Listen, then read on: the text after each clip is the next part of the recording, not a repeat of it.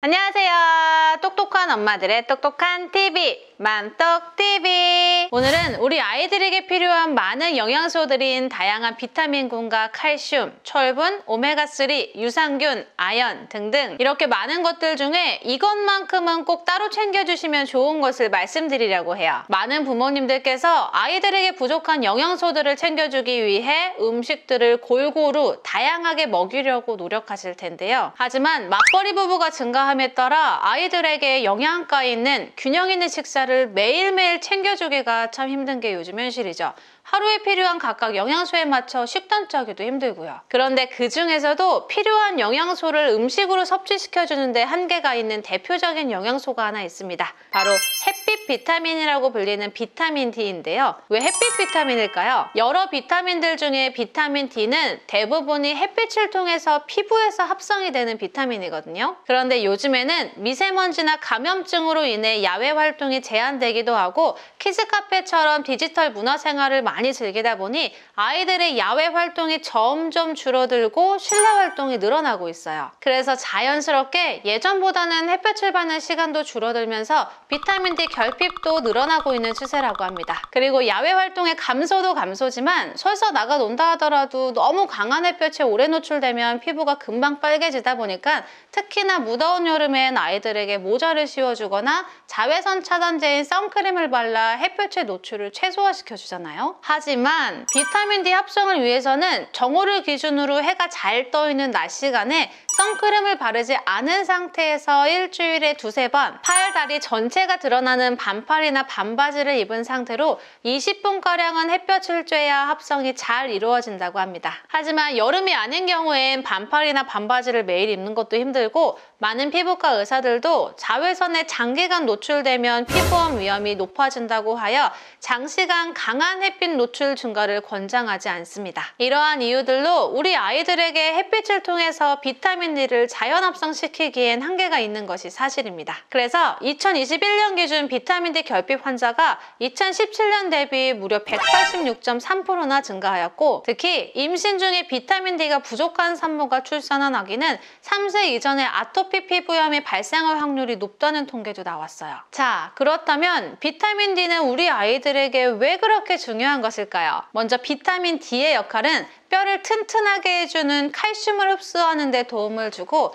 아이들이 크는 데 필요한 골격의 발달과 성장 호르몬으로 분비되는 인슐린 유사성 인자의 분비에 도움을 줍니다. 특히 현재 모유 수유 중인 엄마들의 경우에는 모유는 최고의 영양식이라고도 하지만 모유 수유하는 엄마의 몸에 비타민 D가 부족하면 아기에게도 비타민 D가 전달되지 않기에 모유 수유하는 아기들은 분유 수유하는 아기들에 비해서 비타민 D가 부족해요. 그래서 특히 모유 수유를 하는 아이의 경우엔 충분한 비타민 D 섭취가 요구되고 있습니다. 분유 수유를 하는 아기들의 경우에는 분유 성분표의 비타민 D 함유량을 확인하셔서 우리 아이의 수유량에 따라 비타민 D 추가 섭취 여부를 결정해 주시면 됩니다. 이렇게 비타민 D는 뼈 성장에 필수적인 영양소이다 보니 이것이 어렸을 적부터 결핍이 되면 다리가 O자형으로 굽는 구루병, 그리고 골연화증, 두개골연화증, 퇴행성 관절염뿐 아니라 비만이나 암, 다발성 경화증, 당뇨병 등과 같은 질병이 발생할 확률이 높습니다. 그리고 비타민 D는 아이들에게 있어 정말 중요한 면역력에도 도움을 주는데요. 비타민 D의 혈중 농도가 일정 수준 유지가 되어야 몸속으로 병원균이 들어와도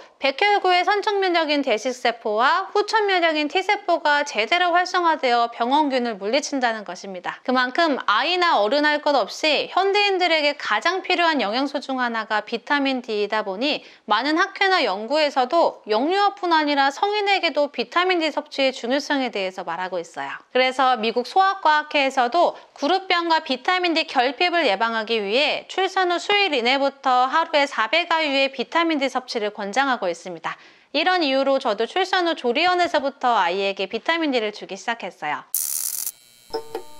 이 표를 보았을 때 비타민 D 섭취량을 비교해보면 보건복지부에서 제시한 우리나라 기준과 미국 국립보건원이나 미국 소아과학회에서 제시한 기준은 충분 섭취량을 기준으로 다소 차이가 있다 보니 200을 줘야 될까 400을 줘야 될까 고민되실 수 있겠죠. 그런데 요즘에는 워낙 비타민 D 부족이 모든 연령대에서 흔하고 비타민 D를 햇빛으로 합성하거나 음식으로 섭취하기 힘든 점을 고려하여 2008년 미국 소아과학회에서는 구루병 예방을 주요 목적으로 1세 미만 영아의 1일 권장 비타민 D 섭취량을 200에서 400IU를 늘렸고 1세 이상의 유아에게서는 하루에 600IU의 비타민 D 섭취가 필요하다고 합니다. 그래서 비타민 D 강화 우유, 두유, 시리얼과 같은 비타민 D가 풍부한 음식들을 유아식할 때 챙겨주곤 하는데요. 아이에게 비타민 D를 챙겨주기 위해 하루에 이 정도의 양과 다양한 식품들을 먹이는 건 쉬운 일이 아니죠. 한계가 있어요. 그렇기에 음식이나 햇볕을 통해 얻기 힘들고 꼭 필요한 중요한 영양소이다 보니 비타민 D는 영양제로 섭취하는 경우가 많습니다. 이미 먹이고 계시는 분들도 많으시겠지만 비타민 D 영양제는 드롭형이나 스포이드 등의 오일 형태로 되어 있어요. 어린이의 경우에 씹어 먹을 수 있는 고형제제인 비타민 D도 있지만 영유아의 경우에는 액체 형태로 많이 먹이죠. 그래서 지금부턴 비타민 D 섭취 방법에 대해서 알려드릴게요. 먼저 비타민 D는 지용성 비타민이다 보니 아무래도 식후나 식사와 함께 섭취하는 것이 흡수율이 더 높기 때문에 이유식을 하는 아이의 경우에는 이유식이나 간식에 섞어 먹이셔도 좋습니다. 두 번째, 분유 수유하는 아기들은 젖병 꼭지에 떨어뜨려서 바로 먹이거나 모유 수유하는 아이들의 경우엔 엄마 유두에 떨어뜨려서 줄 수도 있어요. 세 번째, 아기 스푼에 떨어뜨려서 직접 먹일 수도 있습니다. 네 번째, 쪽쪽이를 사용하는 분들이라면 쪽쪽이에 떨어뜨려서 줄 수도 있겠죠. 다섯 번째, 드롭형의 경우엔 용량에 따라 한 방울 혹은 두 방울 정도 소량 섭취하기 때문에 아기 입안에 직접 떨어뜨려 주기도 하는데 살에 걸릴 수도 있기 때문에 직접 줄 땐 꼭 조심해 주세요. 이때 비타민 D를 젖병에 한두 방울 떨어뜨려 분유와 섞어주는 분들도 계신데 분유에 타서 먹다 남겼을 땐 적정 용량이 흡수되지 않을 수 있고 이렇게 되면 적정 용량보다 더 적게 먹게 되고 또 얼마나 먹었는지 확실하지 않기 때문에 지금 이 방법보다는 앞서 말씀드린 복용 방법을 권장드립니다. 제일 중요한 것은 지금 내가 먹이는 제품의 복용 방법, 연령에 따른 복용량을 가장 먼저 확인해주세요. 네, 오늘 영상은 여기까지입니다. 지금까지 비타민 D의 중요성 그리고 복용 방법에 대해서 알아보았는데요. 비타민 D 섭취의 중요성이 증가하다 보니 모든 연령대에서도 필수로 섭취를 권장하고 있어요. 그래서 영유아뿐 아니라 우리 부모님들께서도 비타민 D는 꼭 챙겨 드시고요. 혹 아이들이 유산균이나 칼슘, 아연에 비타민 D가 포함된 제품을 복용하고 있다면 용량 확인하셔서 과복용되지 않도록 주의해 주세요. 그럼 오늘 영상이 도움이 되셨다면 좋아요, 구독, 알림 설정까지 꾹! 감사합니다.